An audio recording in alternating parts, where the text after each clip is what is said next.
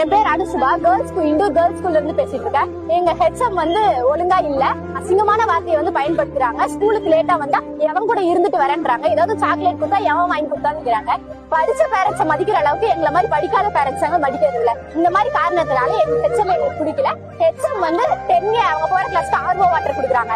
நாங்க பழைய கேன்ல இருந்து அந்த தண்ணி குடிச்சு தண்ணி இல்லைன்னா கூட அது இது பண்றத உங்களுக்கு என்ன அரிப்பு எடுக்குது அப்படின்ற அசிங்கமான வார்த்தைகளை பிடிக்கிறாங்க. இங்க எல்லாருக்கும் நடக்கிற கொடுமைகளை சொல்ல முடியல சார்.